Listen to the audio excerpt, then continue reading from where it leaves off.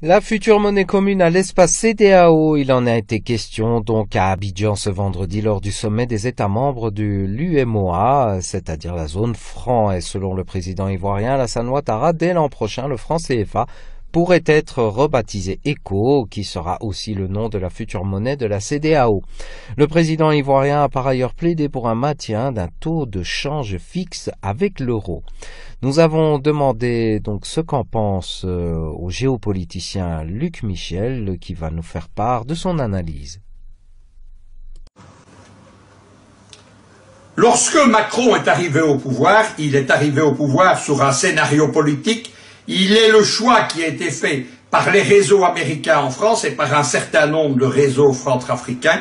Il a tout de suite projeté ce que moi j'ai appelé la nouvelle France-Afrique 2.0 pour être dans le langage de l'époque et qui repose sur une analyse intelligente. Il ne faut pas mépriser l'adversaire. Macron est très intelligent, Zinsou aussi et Le Drian encore plus. C'est une analyse intelligente de la perte d'influence de la France, non seulement dans le précaré, mais dans le reste de l'Afrique, dans la région des Grands Lacs notamment.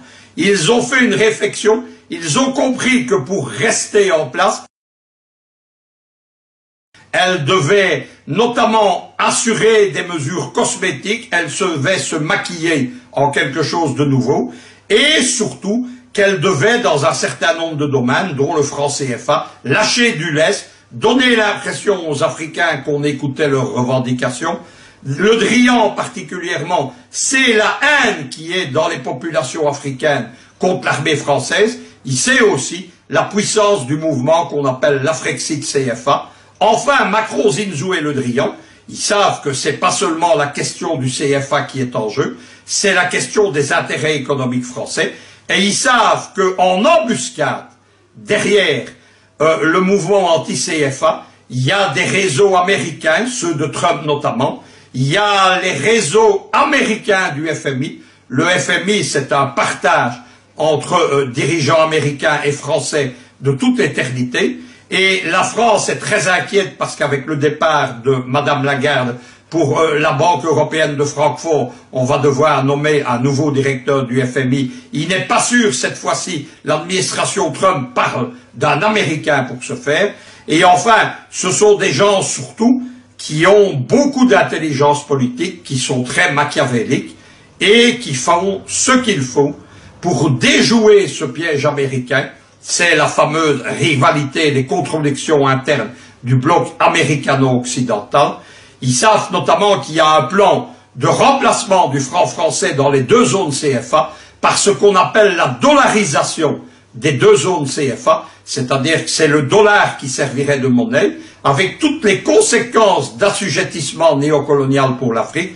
Vous savez que quand vous utilisez le dollar, quand vous faites des opérations libellées en dollars, automatiquement, vous tombez sous le coup des lois universelles américaines, notamment en matière financière, et vous tombez sous le coup du fisc américain, l'International Revenue Service, l'IRS, mais qui est, on l'ignore, pas un fisc comme nous les connaissons en Afrique ou en Europe, mais l'un des 14 services secrets américains, tout puissants, avec d'immenses pouvoirs d'investigation partout dans le monde.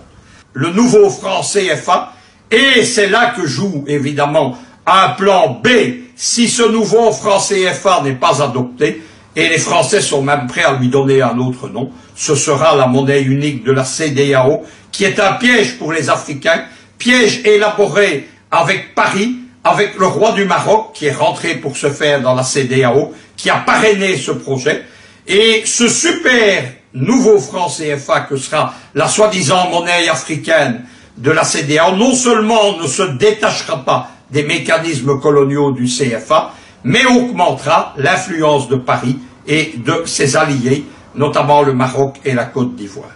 La domination française, elle s'appuie sur le déploiement de l'armée française. C'est ça le rôle de nouveau shérif de l'Afrique qui a été confié par le Pentagone à l'armée française, et c'est aussi le remaniement de l'armée française qui a eu lieu entre François Hollande et l'arrivée au pouvoir de Macron. Ce sont les réseaux financiers. C'est pas pour rien que Macron comme Zinsou sont des anciens directeurs de la banque Rothschild. Et c'est structuré autour de celui qui amène les investissements français en Afrique, la fameuse Agence française de développement, l'AFD. Dans ce cadre-là, Macron en retire un avantage pour la France, c'est que, loin du précaré français, il a maintenant pour champ d'activité toute l'Afrique. La France particulièrement est très influente en Libye, bien entendu, mais elle est aussi influente dans toute la corne de l'Afrique, en particulier en Éthiopie. Il y a eu des voyages de Macron, mais il faut constater quelque chose, c'est que les Américains étant machiavéliques, les Français sont mis en concurrence avec d'autres pays de l'Europe et de l'OTAN. Il y a une concurrence avec l'Allemagne dans la corne de l'Afrique. Le président allemand Arthur Steinmeier, qui est l'architecte du retour de l'Allemagne en Afrique, avec son manifeste géopolitique, l'Allemagne doit revenir en Afrique, eh bien, il a fait un grand voyage en Éthiopie et dans d'autres pays, quasiment simultanément au voyage de Macron, notamment en Égypte, en Éthiopie et au Kenya. La rivalité, elle existe aussi, mais cette fois-ci entre Rome et Berlin, au niveau de la Libye pour les champs pétroliers, entre la multinationale italienne Eni et Total. C'est face à tout cela pour lequel Macron aujourd'hui s'est adressé à la diaspora, profitant de la visite du président du Ghana. Il s'agit de tenter de redéployer la France-Afrique dans toute l'Afrique. Macron, c'est un personnage machiavélique, c'est ce qui le rapproche de Ouattara. Tous les deux sont ce qu'on appelle des Machiavel au petit pied, parce que leur politique ne mène pas très haut, mais elle marche près de populations en détresse. Le but de Macron, c'est de se servir de Paris, de la diaspora, des diasporas plutôt, puisqu'il y a des diasporas ivoiriennes, camerounaises, tchadiennes, congolaises également présentes en Belgique, congolaises de Brazzaville, etc., soudanaises. Et le but de Macron, c'est de se servir de cette diaspora pour déstabiliser les régimes africains qui ne lui plaisent pas. C'est ça, le soi-disant partenariat de Macron avec l'Afrique, le partenariat de Macron avec la diaspora. Une fois de plus, je le répète, Africains, ouvrez les yeux.